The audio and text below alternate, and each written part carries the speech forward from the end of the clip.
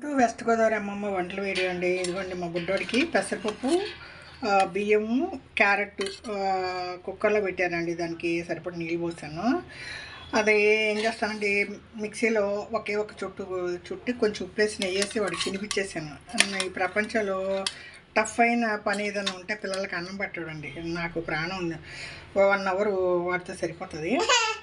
వస్తా ఇప్పుడు సాయంత్రం టిఫిన్ అండి. ఇది పచ్చి బఠానీ, క్యారెట్, క్యాలీఫ్లవరు, 2 టమాటాలు ఉంటే బంగాళదుంప కూడా వేసి ఉడికిచ్చేస్తాండి. ఉడికిచ్చేసి ఉల్లిపాయ పచ్చిమిరకాయ వేగాక అల్లం వేసి ఈ ఉడికిచ్చిన ఈ గింజలు వేస్తాను. టమాటాలు స్మాష్ చేసేస్తాను. ఉంటే ఇంకా 2 వేసుకోవచ్చు. తర్వాత అల్లం వెల్లిపాయ వేసేసాక పసుపు, ఉప్పు, కారం వేసాకండి. ఇక ఈ ఉడికిచ్చిన నీళ్ళు కూడా వేసేస్తాను.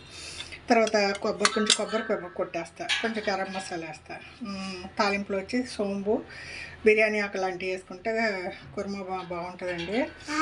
చపాతీ పిండి కలిపాను. సాయంత్రానికి ఇది పిల్లలకి పెసరపప్పు వేస్తే ప్రోటీన్స్ పిల్లలు ఇష్టంగా తింటారు. ప్లస్ వచ్చి బలం అండి. పెసరపప్పు వచ్చి బాగా అరుగుతుంది, ఈజీగా తినొచ్చు.